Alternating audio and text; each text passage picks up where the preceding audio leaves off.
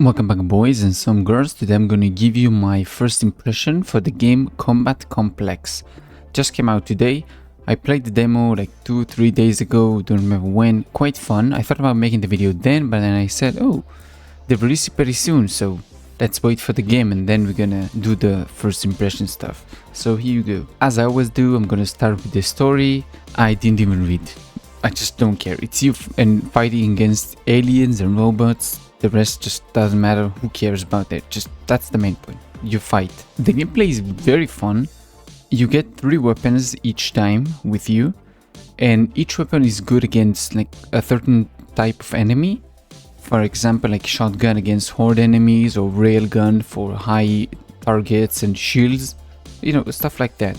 Beside that, you also get equipment to wear. Like you get a belt, you get a shoulder, boots, like chest, helmet. You know, equipment, nothing too much other than that. They give you passive stats, and just like any of the RPG game, the higher rarity the equipment is, the more stats you get. It's nothing crazy, I know. It's just, hey, combat is fun, moment to moment, feel great. When you get the flow going, it's very fun. My problem with that is that when you get to high levels, enemies start to have a lot more HP, and you don't scale as fast, resulting in you gradually dying more and more until you hit a wall. This problem gets worse by the fact that you can't really farm equipment or levels, as the map layout requires you to finish earlier levels to progress to the next ones, and you can repeat levels. My solution is very simple: just lower the enemy HP and add more enemies. Shooting and running around just feels great, so more of that please. Gear loadout is very important, but you cannot change it mid-mission. A lot of the time you go into a mission with a loadout only to see that your loadout doesn't fit the mission, you need something different. But you have to leave the mission, switch the gear, load back into the mission and start from the start. So if you progressed a bit, well, too bad, you have to start from the very start of the level. My recommendation is just to have stations inside the levels, or even at the start of sections that let you change every piece of item, not like only the weapons or something. Just let me change everything. Now what I mean by section of the map is whenever you go into a level, you might go into like a green area which seems like the ending of the level, but usually it's not.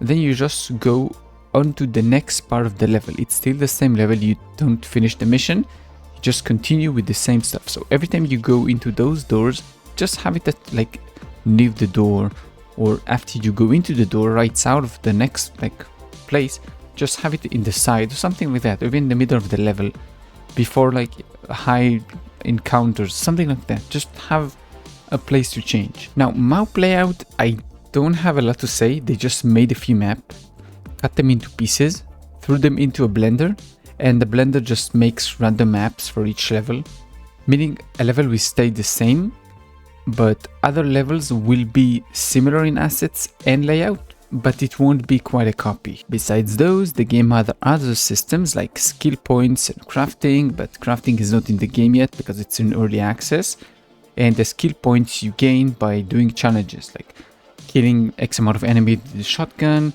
or using ability Y and then finishing off the enemy with a rifle.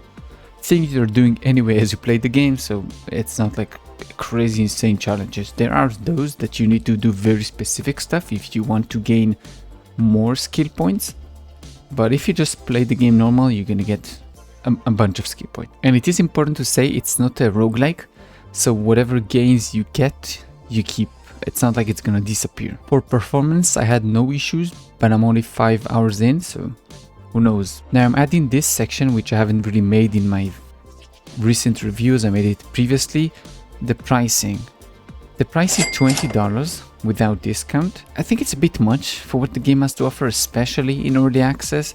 You can play the demo and you get the exact same thing, so there's no even really a reason to buy the game.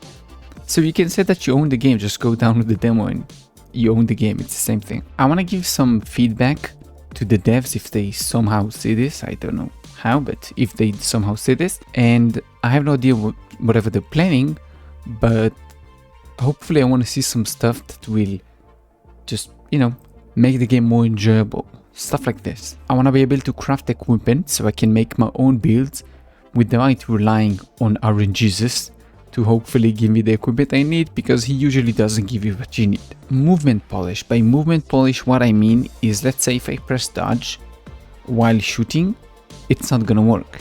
You're gonna have to stop shooting, then press dodge, then resume shooting. What I wanna see is whenever I press dodge, cancel my shooting and dodge immediately.